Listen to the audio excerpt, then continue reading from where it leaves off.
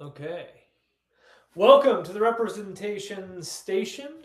I'm your host, Walter Clapp, resident attorney, here joined by Roger Howdy. Scott, our CPA. It is Monday, August 10th, 6 p.m. Mountain, and I'm seeing an error on one of our live streams. So bear with me for a moment while I try to figure that out. I think it's not going to Facebook. Well, you know what? We can live without Facebook for a week. People Mm. go to YouTube or find it here on Riverside. X. All right. Um, I am now a dad of 2 weeks and 3 days. So that feels good. There is currently a baby crying in the background of my life.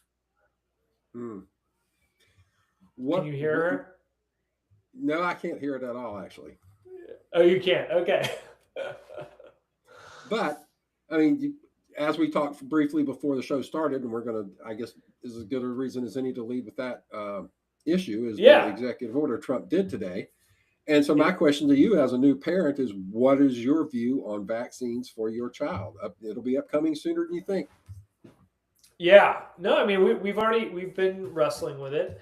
My view is I think it's unreasonable to give immunity to companies in such a broad manner as to incentivize potentially unnecessary vaccination of otherwise healthy populations that may have, there may be side effects that have not been studied closely because of the financial incentives involved.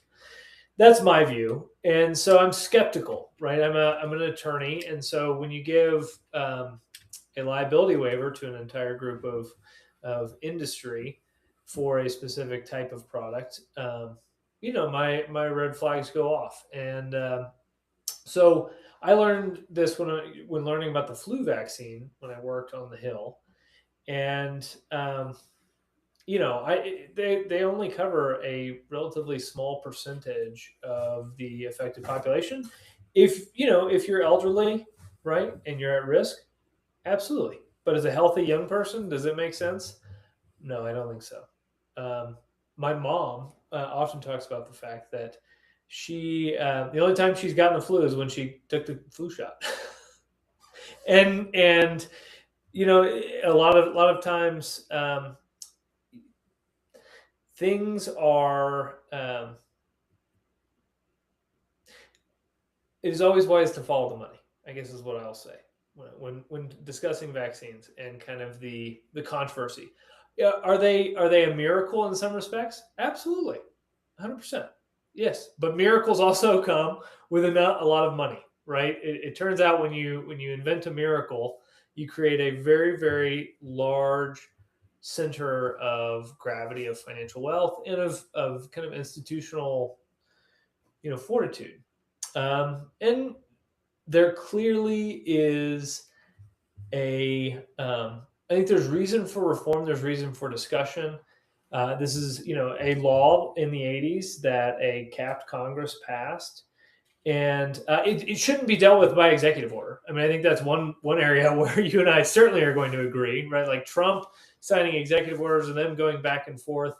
Um, I think that this is the type of thing that where experts should be advising legislators on maybe what is reasonable going forward, where the science really is to build trust within the community. Because there's clearly the other thing that I'll say, the other thing I note about vaccines is that, the industry, and I think they know this, have lost a sizable chunk of the population, right? Suddenly now people are not vaccinating as much. The levels have plummeted post COVID.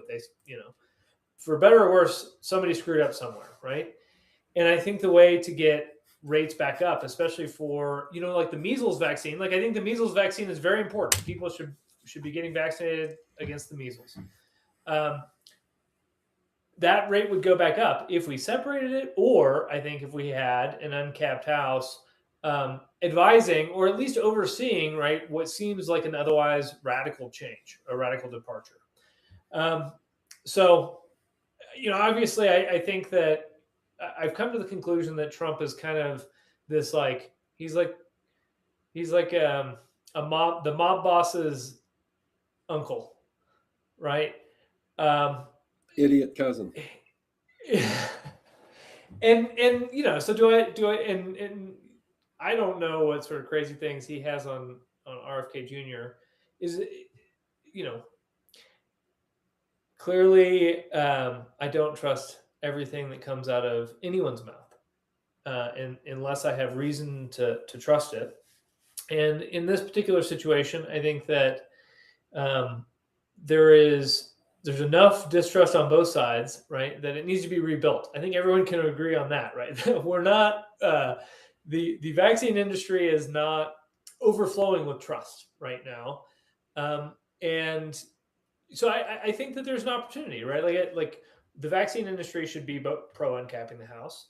The pharmaceutical industry should be, because ultimately having an informed population, um, is the best way to actually practice medicine and increase profits. Right, a Wait a healthy second. population is more Wait, economic. wait.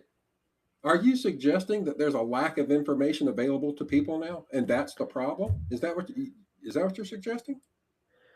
I'm saying there's a lack of focus, a lack of attention. Well, there's also a lack of honesty, but okay, we'll call it attention. But let me take a minute to get in here because you've done a whole lot of words, man. I was only interested. Do you think vaccines are effective, and are you planning to give them to your child? And you've gone off Yes, onto a some. whole bunch of different other stuff. Here's what I think about, right?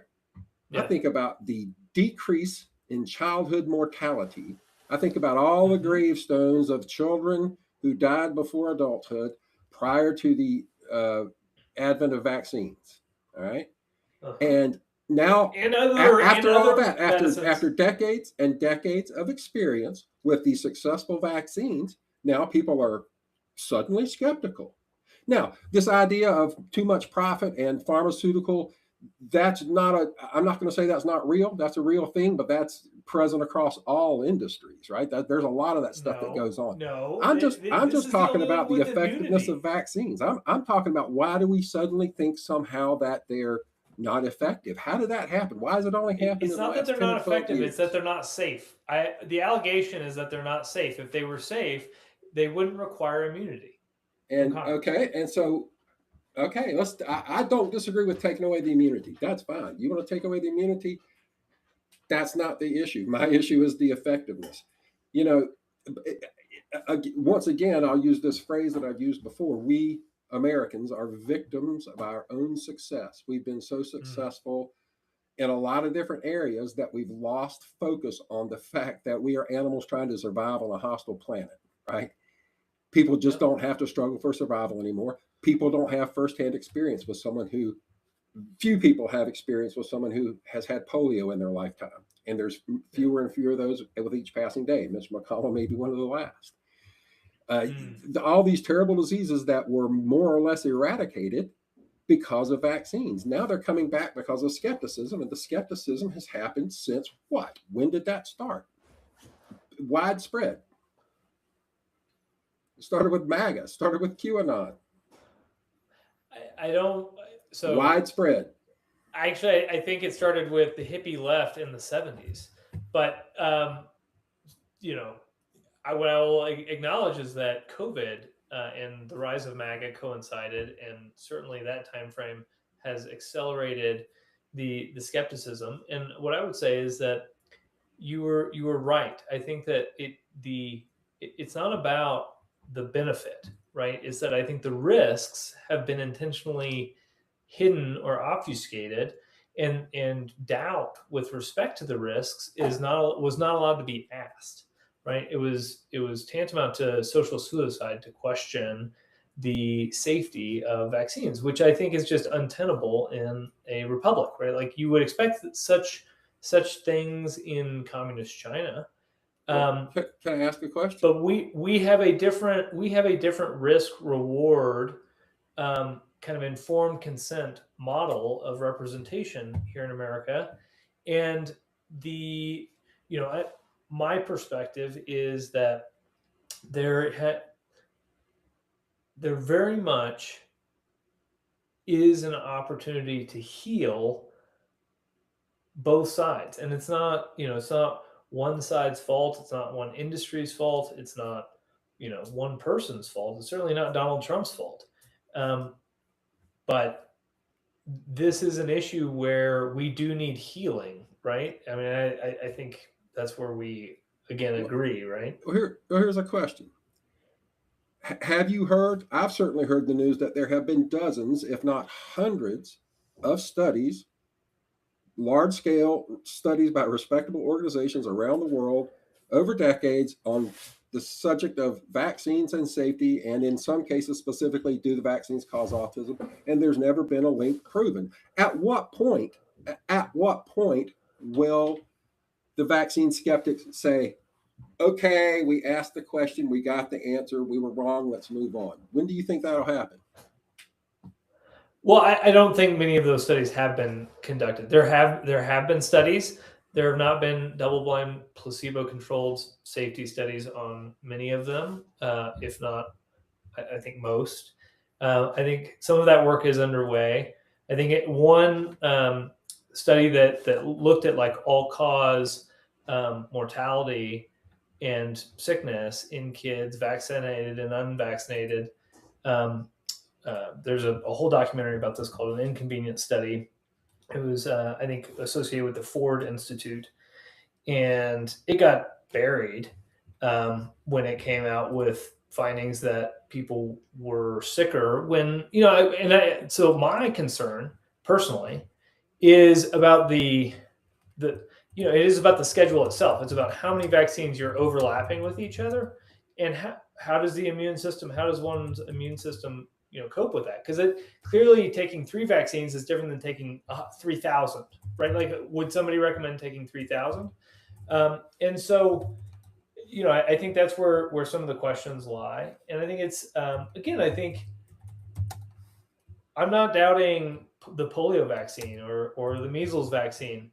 But the rotavirus vaccine and the Hep A and the Hep B vaccines, at some of these intervals, maybe it makes a little bit less sense. And I think the debate, unfortunately, as an individual, it's like I'm basically left with two extremes to try to navigate. And so that's what we're doing. We're just talking to the professionals and talking to different people about what they recommend. And I think the answer is, like, if you're going into daycare immediately, you're going to need to do these things. You can make it religious exemptions, but you're putting others at risk at your benefit, right? So it's selfish. Well, that doesn't stop anybody. But there's some of these vaccines, like again, the annual flu vaccine, that I think is just total hogwash. And I don't know if we'll ever agree on that point, but well, really the only people that I hear calling for the idea, championing the idea that vaccines are unsafe are politicians and discredited people. There's some guy that RFK Jr. keeps referencing a study he did, and the study had to be retracted and he lost his license or something. I don't hear a lot of reputable scientific people championing the idea that vaccines are not safe. That's all I'm saying. I would say follow the money on that. Who is benefiting from all this turmoil in the idea of vaccines and safety? Who's making money on it? To use your own phrase, follow the money. Well, I don't think anybody is making money on less vaccine use. You don't think podcasters are making money on this idea that vaccines are unsafe? No, I mean, I think there's real litigation, there's real injuries. Like, go to the VAERS database. Like the vaccine industry's okay, right? But it's about the disclosure of the risks and benefits. I mean, and this goes back to COVID, right? I mean, I just saw the headline before we were coming on the show, something about new text from Fauci reveal that there was increased miscarriage rates from the COVID vaccine. I hadn't heard So that. I mean, Bob. again, I just so the I mean, I don't discredit the benefits. I think the question is about the risks, and especially the risks when you're overlapping all of these different things together. Again, which really didn't start until the 1980s, right? I mean, this is all very recent. I mean, we want to talk about the like vaccines have been doing a lot of good for much longer than that. But Yes. in 1980, this liability waiver was passed, and since then, my observation is that since the 1980s, things have changed, right, with respect to what they're doing, and that's when they. Mhm. I just feel less comfortable. I think with some of the decisions that have been made policy wise by our Congress, post World War One, World War Two, but certainly in the Well, in there's the one in 80s, particular. right? We certainly agree on one in particular that we disagree with. Yeah. And no, there's many I disagree with too. Obviously, anybody who agrees with every decision made by a government over 100 years is a liar. Yeah. It's just not possible, Oh, especially in so- America. That might be possible in China. quick interlude. I have to explain. So what I've got here, Roger, and this is Oh dear. Yes. this was found on in my house. The people that sold it to me left it, and I asked AI what it was, and AI felt very confident that this is a prehistoric hammer.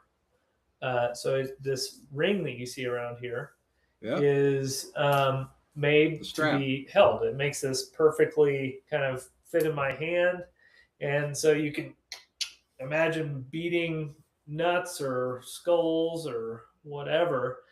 Anyway, I think it's great because it goes with our very, very simple kind of prehistoric question, which is why do we have 435 representatives in the U.S. House? And why 435? Why? Yeah, I had to explain that. I had to explain that in the shortest possible time frame a couple of times last week. I'm on the street protesting as I do on Thursdays, but I moved to a more strategic spot on the other side of the street, and my sign, I got a big sign that says y435.org, and I'm wearing the shirt and the whole thing. And I'm near a stoplight. So somebody pulls up and the window rolls down. It's a woman. She says, okay, I'll buy it. What's 435 about? So I have about 18 seconds to make the pitch. It was cool. It was comical, but it was cool. Nice. How'd it go? Oh, it went fine. It's a regular thing on Thursdays. The Indivisible crowd here, they do it for 2 hours. I join them when I can. Cool. It's convenient because it's a shady spot. Nice and cool.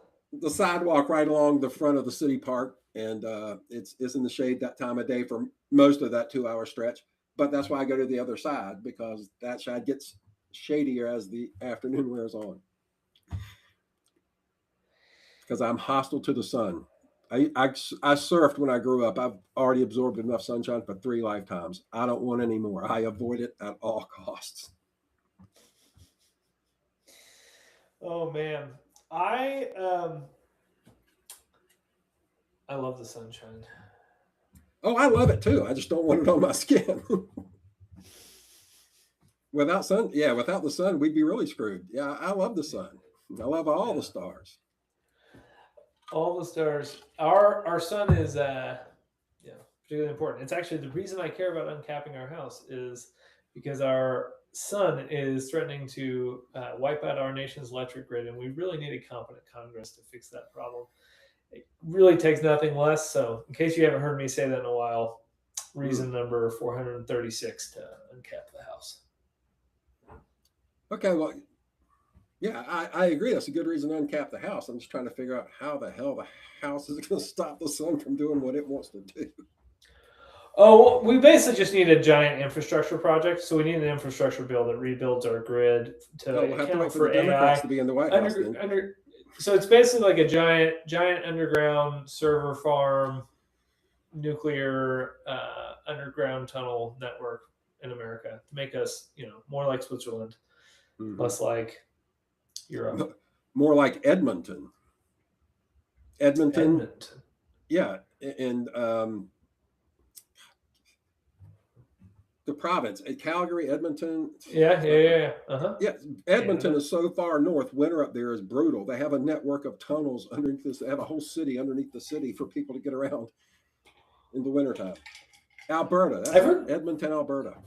But There you you go. missed you missed my joke earlier, What? and now I can't remember what it was. But you were right. And it was a great joke. How's the House going to stop the sun from doing what it wants to do? Oh, by passing an infrastructure bill, right, to rebuild our nation's electric grid, interstate system with an underground tunnel network. Are you a fan of putting the electrical grid underground as opposed to where so much of it is now overhead? Yes, And for you have sure. background on this. You got We should expertise add. here. So this would be an addition, not a replacement, right? So you would Okay. add a layer of electrical cabling that mirrors in our nation's, principally the interstate system. Um, you'd want it to be underground. You would want it to allow transportation of electric vehicles. Probably some housing under different areas, especially in the northern latitudes. And it'd be a big spending project, so the Democrats would like it. I think it would could I'm sorry. also. That was the joke. When you said Oh. it'd be a big infrastructure project, I said, yeah, we'll have to wait till the Democrats are back in the White House, though. Yeah. Well, I mean, it's not like Republicans are afraid of spending money. Um, Oh, please. Oh, my God. Are they yeah, only want to spend it on war. right. Well, this is actually but this is defense, right? So this is national defense, and they like spending it on that. Um, so this is kind of, it's hawkish in a defensive posture. It also solves some of the AI problems, so we can put a bunch of those server farms down in underground, co-located. And being underground helps with cooling, but you can still have stuff above ground where you've got power local. But some of that also, it'd be nice to shield it, obviously. Um, and this could also connect to the house, to the uncapped house, like all of our new district offices, but also like an information redundancy layer, because the more I think about the uncapped house and kind of the IT infrastructure that's going to be needed for like a Mm-hmm. much larger house, Yeah. especially if they're spending more time in their home districts. Yeah. It would be really good for them to basically have a local copy of these AI models that kind of they're only connecting to the mothership less frequently, basically, right? And you could have regional, like you could have a regional center. So maybe you divide the states up into whatever 5 states or so, and that would it would be great for the economy. It would be a great jobs program. It would be great for helping ensure our superiority to China. It kind of directly links uncapping the house to the China threat, right? And the reasons that uncapping the house really gives us an edge on the AI side. But all we need is for some tech billionaires to agree with us. So, Roger, do you know any tech billionaires? Yeah, I know a few names. I'll check. I'll see if I have their contact information here in a little bit. No, so Okay. yeah, I'm a big fan of the idea of spreading out the federal government to make it harder for adversaries to target, but also because, Yeah. as you mentioned, the economic development opportunities for a place like South Dakota or North Dakota, right? That they have Right. very limited opportunities to improve their economies. All Yeah. the businesses on the coast. Why should all the government be on the coasts too? I think we should move it more to the interior to Yeah. spread that money out a little bit, and also to make it harder for the adversaries to target. So I'm not Right. opposed to some sort of underground network. I don't know how to play across the South because the water table's so high. You might not be able to do that mirroring the interstates down here because of the water table. It may be cost prohibitive to pump the water out. But having some portion underground, like the Coober Pedy, right, a famous place in Australia. You ever heard of this? It's in the No, Outback. It's in the Outback. It's Coober, Coober, I think. yeah, yeah. Peddy, Coober Petty. And most of the housing is underground because it's in the Outback and it's so hot they have to live underground where it's cooler. They're mining and stuff, and that used to be the way. I don't know if that's still the case today, but I remember the story from 20 years ago, and they were still doing mining of precious materials out there, so it was worth the effort to do the underground housing. But you're talking about something similar to that. I'm a big fan of having housing that is at least partially underground. It's a sustainable, resilient method against wildfires and other things. Having a living roof is very helpful in terms of keeping the house cool and keeping it warm. Yeah, yeah. No, yeah. I'm actually down in our full basement, and it stays very thermally regulated down here. It is. No Do you doubt have a about geothermal that. heat pump by any chance? I do not. I do not have a geothermal heat pump. That would be a nice thing to have. Yeah, my brother-in-law has one of those. Mm-hmm. Can recommend. Yep. Very inexpensive. Once you have it installed, that is. Yeah, it's not cheap, but yeah, I mean, if you're squeezing heat out of temperatures that are in a sort of 12-degree range between 56 and 60 something year round, is a lot more efficient than squeezing it out of freezing air or baking air. Yeah. So what else is happening in the news? Anything? Oh my God. So much I can't even remember it all. The Senate confirmed Todd Blanche, new Attorney General, with a 50-49 vote. Oh yes, 2 Republicans joined Democrats in opposition. Wow. Okay. Iran tensions have continued. Iran set conditions for reopening the strait. Trump pushed for compensation related to past U.S. soldier deaths. On the evening news, they had footage of Trump. I think it was footage. Anyway, somebody used the word semi-negotiating. The Trump administration is semi-negotiating with Iran. What is that? How do you? You're a lawyer. Explain it to me. You're a negotiations expert. What the is that? Well, I mean, part of it is it. Yeah, it's all gray. They're all playing in the gray. Somebody else said today that the Iranians are Jimmy Cartering. They've turned it into a verb. Jimmy Cartering Trump. They're not going to do anything to help him extricate himself. They're not going to make any move till January 2029. Yeah, they're patient. He will wear this around his neck like a millstone. Well, maybe that makes it more likely that he'll uncap the House. Okay, I mean, sometimes things have to get worse. Absolutely, Walter. You're absolutely right. The chances increase with each passing day that Trump will take steps to uncap the House. I welcome the day. I will see his presence. I recently got my wife bought a new National Parks pass, and it got delivered, and it has George Washington and Trump next to each other on the National Parks pass. And I was like, God, let this be a sign. Please. A sign of what? That Trump is going to uncap the House, have his George Washington moment, give away power. Yeah, miracles are possible. Right. I had trouble making that connection, and it hasn't improved any since you explained it. So, the Senate passed a bipartisan stopgap funding bill to fund the government through December 11th. The Senate passed the Lindsey O. Graham Sanctioning Russia and Iran Act as amended by 86-11. The late Lindsey Graham had been a leading advocate. Let's see. I did see some footage of his sister, the new senator from South Carolina.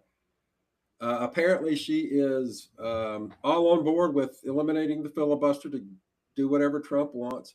And she's she's pivoting. She's not going to be principally concerned with national security and defense. She's going to be concerned with affordability and healthcare. Lindsey wouldn't be very happy about this, Darlene. I don't understand what you're doing here. I thought this was supposed to be, maintain Lindsey's legacy until the election. Colombia had a powerful 7.4 magnitude earthquake. Hundreds dead. 11 people. Yep. Yikes. That's sad. Prayers for them. Okay, Russia, Ukraine. Ukrainian drone strikes hit targets inside Russia, including an oil refinery near Tatarstan, with reports of multiple deaths, around 12 to 13 on some accounts. Fighting and mutual accusations of attacks continued. And Israeli Prime Minister Benjamin Netanyahu rejected a U.S.-backed peace plan involving Hamas disarmament and Israeli withdrawal conditions. Oh, Mr. Netanyahu. Do you think he's going to go to prison? I think he should go to prison, but given the wicked state of the world these days, I don't know. I'm not close enough to Israel anymore. I used to work for an Israeli company, and I had a direct line to people who lived there at that point, but it's been a few years. I'm not that close to it anymore. Okay. Well, before we move on, you mentioned Todd Blanche is now the Attorney General, and it was a razor thin vote. It wasn't so thin that the Vice President had to get involved, but it got me thinking, which is always dangerous and comical at the same time. But right. I went and asked one of our illustrious AI tools to list the smallest confirmation margins for cabinet level officials in the last 30 years. The results are sobering. Out of there's 3 or 4 tied for number 20. Out of the 20 names, there's one that was under Biden, one that was under Obama, and the rest are all Trump. So my question then is,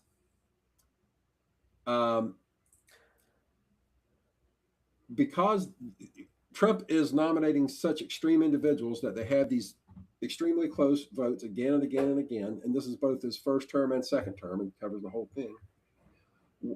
I don't understand why senators don't demand more satisfactory, I don't want to use the word better, demand a more satisfactory candidate. Let's keep in mind that the senators who are not GOP represent something like 40 million more Americans than the GOP senators do. Why don't the GOP senators say, hey, you know what? This guy's too, like they did with Matt Gaetz. They did it one time. This guy's too extreme. You got to send somebody that is not so extreme, or it's going to cause us problems. And why can't they do that? Do you have a theory?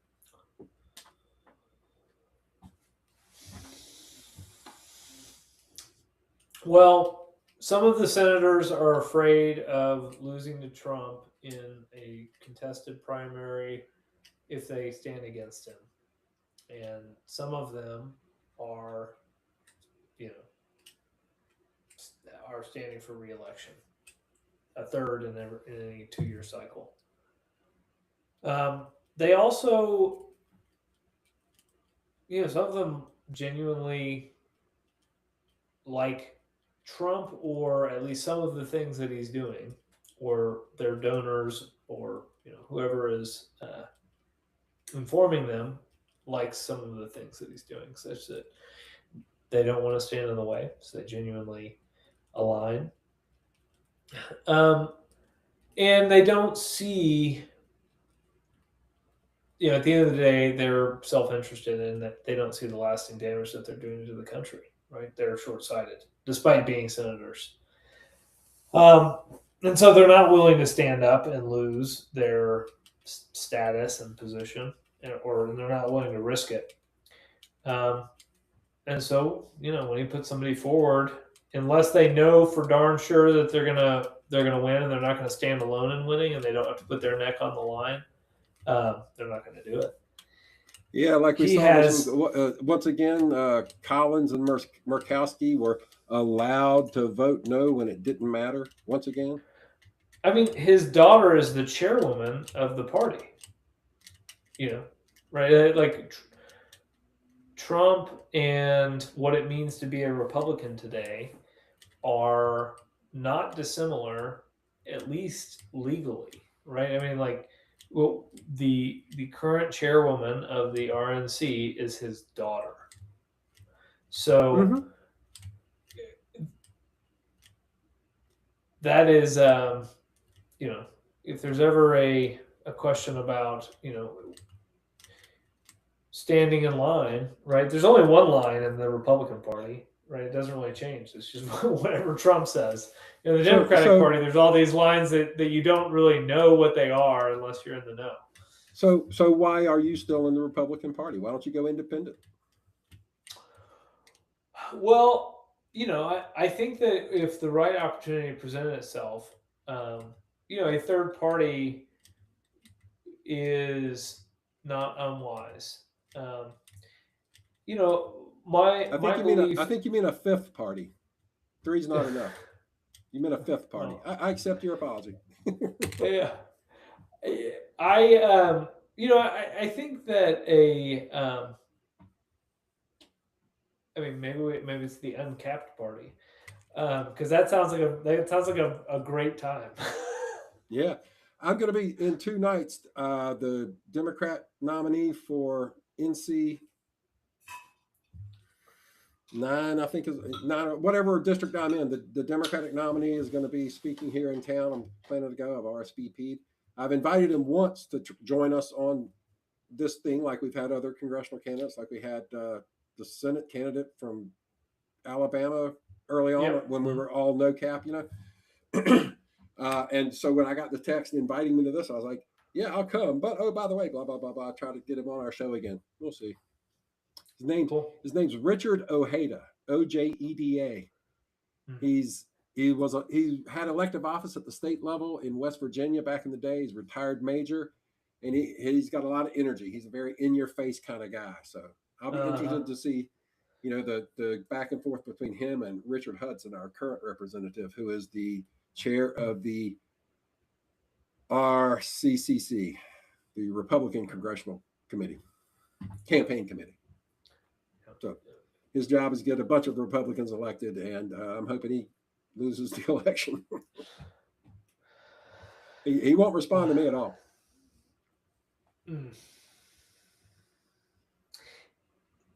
Yeah, it would be nice. I think both the Republican and Democratic Party are fundamentally, or have been fundamentally corrupted, and so join me as an independent. Join me as an right. independent. You can still vote Republican if that's your conscience when the election comes along. But until people start leaving the party, they're not going to change. I disagree.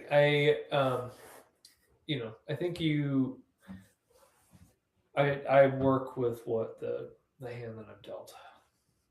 I believe that, you know, I mean, you know, I think in some ways my belief is spiritual. It's like we live in a fundamentally broken world, and so all of this is kind of destined to fail anyway. And of course the Republican Party and the Democratic Party are fundamentally corrupt because it's, you know, it's a human system, and that's what our founders knew, and that's why they were attempting to divide power, you know, at a granular level with an uncapped house.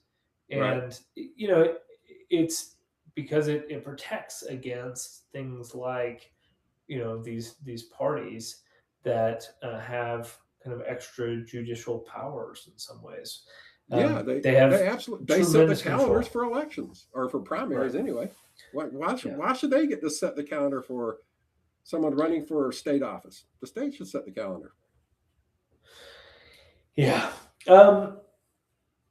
Anyway, yeah, but so I think that reform is possible. But, you know, if there was a billionaire that wanted to start a new party and wanted to throw $1 billion at it, right? But that's what it would take, right? I mean, to wasn't that Andrew Yang? Party. Isn't Andrew Yang? Yeah, but he didn't. Yeah, I mean, he's doing the Forward Party, but No offense to him, um, like you're not going to win. I don't think he was going after a different demographic. I think than the whole country. And I Well, think his mission how was do not you a fill a billion party? dollars. It was a million. It was tens of millions. And I think starting a new party would genuine. It would probably actually take more than a billion. It would probably take $5 billion to like start a legitimate party that wanted to get on the ballot and have people show up.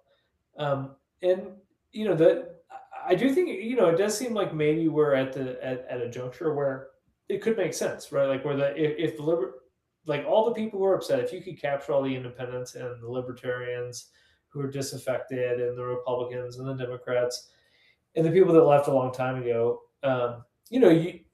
I think it's possible, right? It could happen, but it would take. I mean, either $5 billion or a miracle, right? I mean, a spark of some like social contagion, right? Like kind of the virality option. It's possible to do it without the Well, money, there's an I suppose. alternative. There's an Yeah. alternative. Instead of What's going that? bigger, we Yeah. undo Citizens United and place strict limits on spending, like some of our peer nations Well, do. but we can't get. I mean, in order to undo Citizens United, we need a constitutional amendment, which requires, I think, first that we have an uncapped house. Agreed, but Right. don't, it can be done. We can't manage it right now, but it's Right. technically possible, right? Yes. That's Absolutely. that's what I'm saying. There's a lot of things that we should be doing that we can't do. They're technically not possible, but they could be done. Well, I mean, I think why I'm so all in on uncapping the house is that each and you say this all the time. It's the first step, right? It's the first Yep. step to all these other Anything else you want done, potentialities. right? Yeah, yeah, Well, it increases and the likelihood of success for sure. right, and in some ways, I think that's including retaining the good stuff or bringing back the good stuff. Um, yeah, I genuinely think that. Well, not think. I look forward to when this is done, and we can think about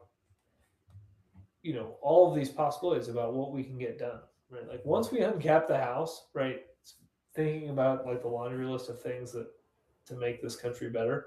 But it's like none of those are possible unless you have good representation. Because the rest of it is just, I mean, you're literally putting band-aids on a, an almost not breathing animal, right? It's just nonsensical. Yeah, well, that sounds catastrophic. What? So I remember being scolded by someone, and I think it was you for using that language. At some point I said that we could uncap the house now and manage the change, or we can Yeah, await the inevitable catastrophic failure, and the right, change will manage us. And right. somebody disagreed with my use of the word catastrophic, but with each passing day, it looks more and more appropriate to me. Just saying.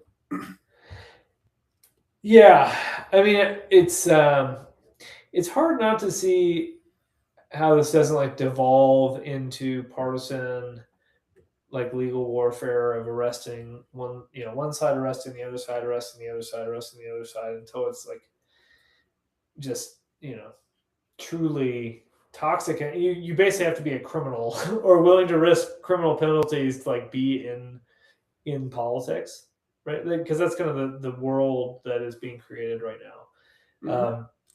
It's the wild, And wild the west all over, only right?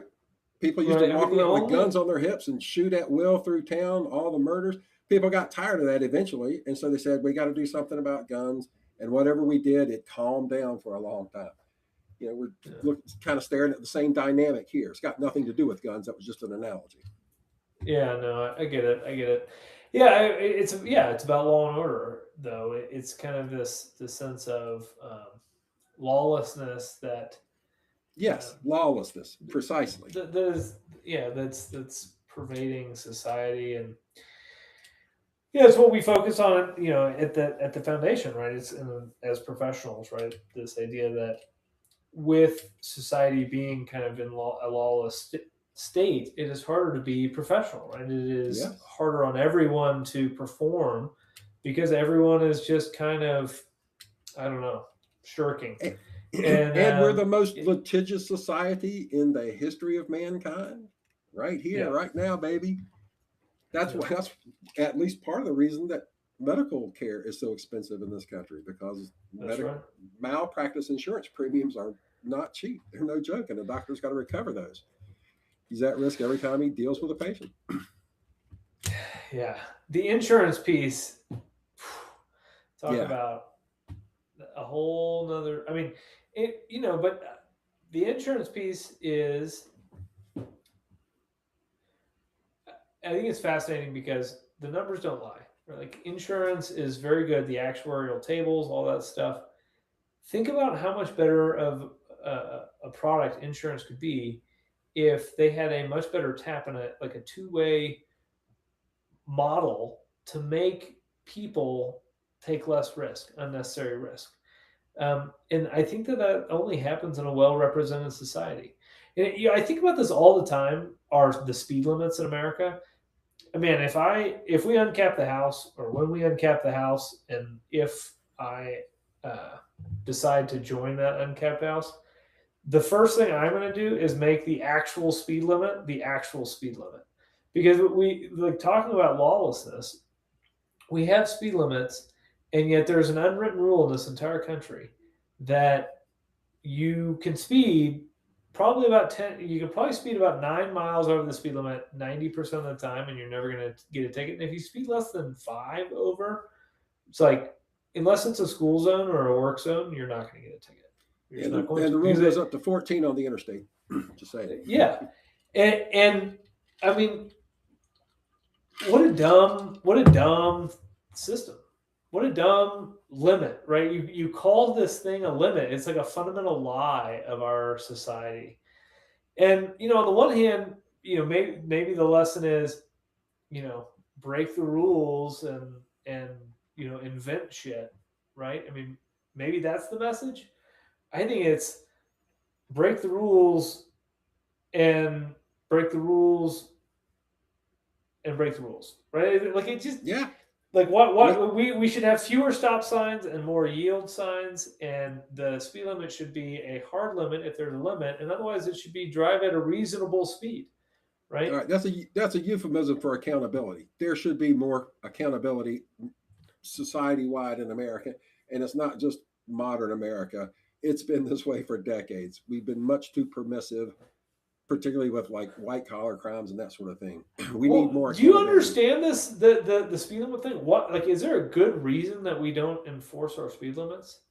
Have you ever like come across this? Well, I don't know. I haven't done or read a study, but I'm going to guess a part of it has to do with manpower. I mean, how long does a stop take? You got one state trooper takes 9 to 12 minutes to deal with a car, and there's only so many on that stretch of road, and you've got 800 cars going past them in those 12 minutes.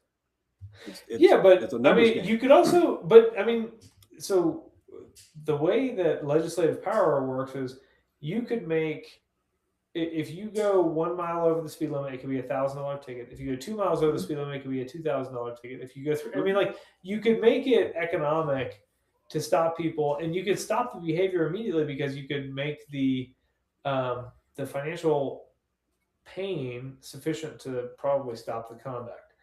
But it's like we don't want to. It's like we haven't wanted to enforce speed limits at any point in this country. Yeah, well, I think I'm just going to think out loud essentially, but it's like a domino thing, right? If you do that with the with speed limits, right, then people are going to say, well, if you're enforcing that so strictly, then you need to enforce that strictly, this other thing so strictly, and you need to enforce this other thing so strictly, and it becomes a finger pointing exercise. I'm just guessing I that's mean, how it would play out. this, but so if I could wave my magic wand, that's precisely what I would do to change America. I would get rid of 98% of the rules, and I would strictly enforce the 2% that are retained. Because like my observation is we have so many rules that nobody knows, 98% You're of them, because they can't, yeah, it's impossible. yeah, And so yeah. they're You're breaking them talking to a all the time, and CPA. The everyone's diff- everyone's in violation all the time.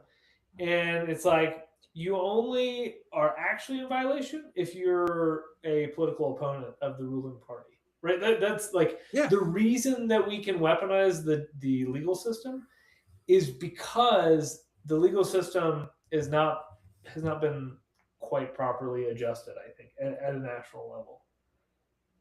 yeah. I mean, you're talking to a CPA, and I look at the differences between U.S. GAAP and international financial reporting standards all the time. U.S. GAAP is all about rules, and you Mm. better follow those rules because you're operating in the most litigious society on the planet. Yeah. IFRS, the rest of the world, is more about principles, Mm. reasoned judgment, professional judgment, right? The other places in the world can do that because we don't have so many lawyers suing all the time. Mm. Interesting. Why? Well,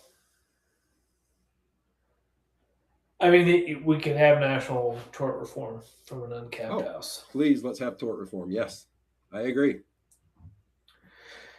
Well, I mean, but what's funny is, if we just got back to a reasonableness standard, I mean, maybe that would do it. Um, the problem is we have all these rules, and so if you break one of these rules you don't know about, that can become negligence per se. Which is why you take the That fifth in or congressional testimony. yeah. Oh man, I did a temporary restraining order hearing last week, and this guy had already been cited for assault, and he didn't have a lawyer, and he got up there and testified for like an hour. I was like, "Oh, you should have taken the fifth, bro." You can dig a pretty deep hole in a whole hour, man. Yeah, truly, he did. He dug himself pretty deep, pretty deep. Yeah. Oh, what else is happening, Roger? How's your What summer else is going? happening? Well, I read today that this flesh-eating bacteria that has been get people along the Gulf Coast have been contracting has now killed 7 in the United States and has been found in waters as far north as Baltimore. Hmm. Right, this is something that's supposed to be in the warm waters of the Gulf and around the equator, and it's going up to Baltimore. Just another example of global warming. It's happening in the oceans too. And not only that, for other excellent medical biological news, the screwworm, of course, we all know the screwworm's coming back because we stopped the program that had pushed them so far south. Now they have actually killed a man in northern Mexico. A human has died from screwworm, and others have gotten injured, but apparently not dead yet. So that's all excellent good news today. Well, I personally don't fear death, but I do not care to be permanently maimed or disfigured by any new disease, natural or biologically engineered by humans. And I certainly hope that we get through the next year without any other outbreak. That's my genuine. Please. Yeah, man, we all hope that, but I'm skeptical. I well, we will see. We will see. I mean, I guess if we learn one thing, we can be in a quasi lockdown state and still have the internet. So I guess theoretically we will still be doing this even if we're locked down, Roger. Isn't that? Don't you feel so much warm? Don't you feel warm and fuzzy? I never feel warm and fuzzy. However, I do feel warm because also in the news today, science related, is July. This month just finished, the hottest July ever. Mm. And it's really it boggles my mind. Like since we've been recording it, because obviously Earth was hotter at a different period of time.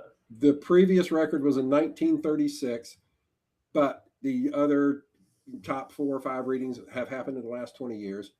But the point is, regardless of someone whether they agree or disagree that global warming or climate change is man-made or not, we're not helping it, and it is real. It's getting worse. We need to take steps that you were talking earlier about underground, putting some of our infrastructure underground.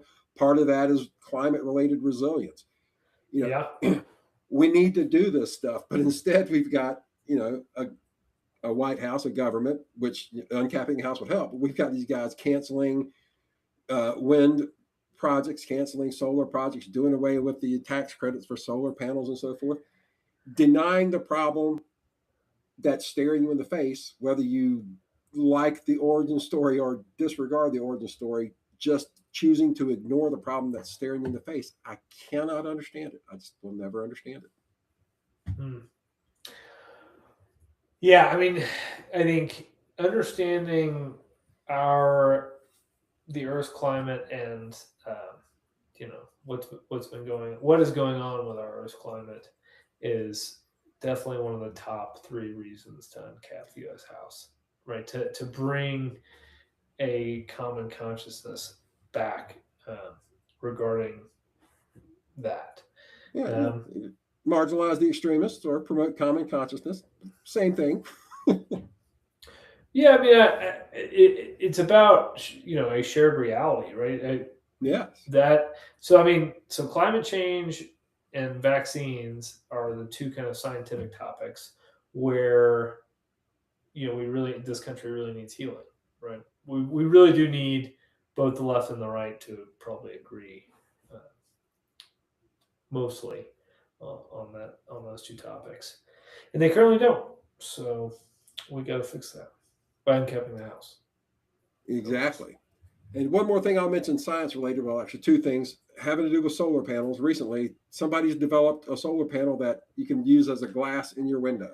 It's like see-through, but it still generates power. And Switzerland just opened the first ever solar railway. Wow. I love the idea of solar glass. I am looking at 3 windows that I need to replace right here. I would love to replace them with some solar glass. Yep. Sounds cool. And the Swiss train has the panels between the tracks, and the sun shines on them all day. The train comes along, takes the power it needs, and goes on, and the sun hits the panels again. Good stuff. I mean, it really is. If we can get the battery technology, and the battery technology has, I mean, the price of lithium iron phosphate batteries in the past 10 years has dropped precipitously. And that's great if we can continue to get this drop in cost per kilowatt hour. If we continue to source the material. Right. I mean, this is, exactly. All this rare earth stuff, and this goes back to China, right? But it also goes back to Africa. It also goes back to America, right? And it also runs out eventually. Exactly. And, this is why we need, fusion and we'll see what happens with all the alien stuff. Yeah. Fusion, hydrogen fuel cell, windmills, solar, all of it. Hell, keep burning. I mean, drill, baby, drill. Let's get all that shit out from under the ground so we can finally be done with it. Yeah. I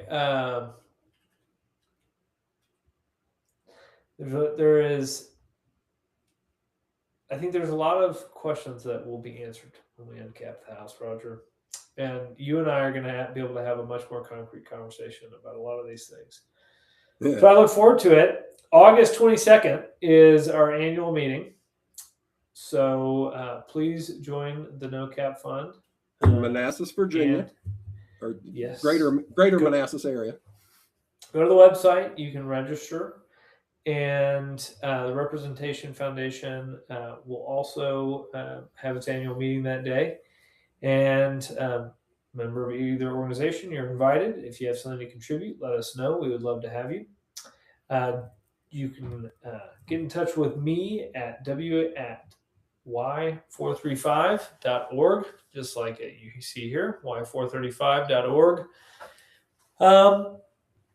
Anything else, Roger, for the good of the order? Negative. I only had All a couple of right. notes tonight, so it worked out. I had just enough notes to get through the hour. Perfect. And Perfect. you mentioned at the start that you were a 2 week and 3 day dad. So Yes. tell everybody how it's going. How is your daughter developing? And how big is your heart growing? Oh, it's amazing. Yeah, it's incredible. It is. She's changed so much just in 2 weeks. She reacts.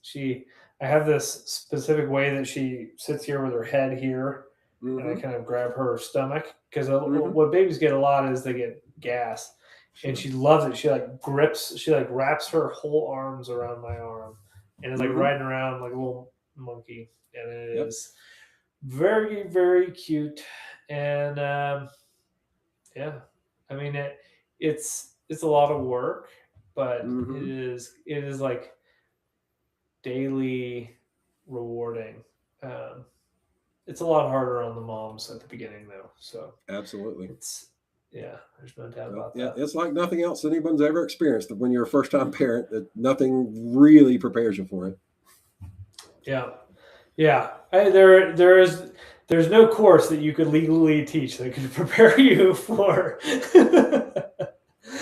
For all of it. I mean, you get bits and pieces. Yeah. You get a sort of overview, Uh, 30,000 foot yeah. level, but nothing can Yeah. prepare you for the ground level reality. Yeah. Well, good luck. I'm glad things are going well. Thank you. We'll see you next week, Roger. Have a good week. Ciao. Don't hurt nobody and uncap the house. And uncap the house.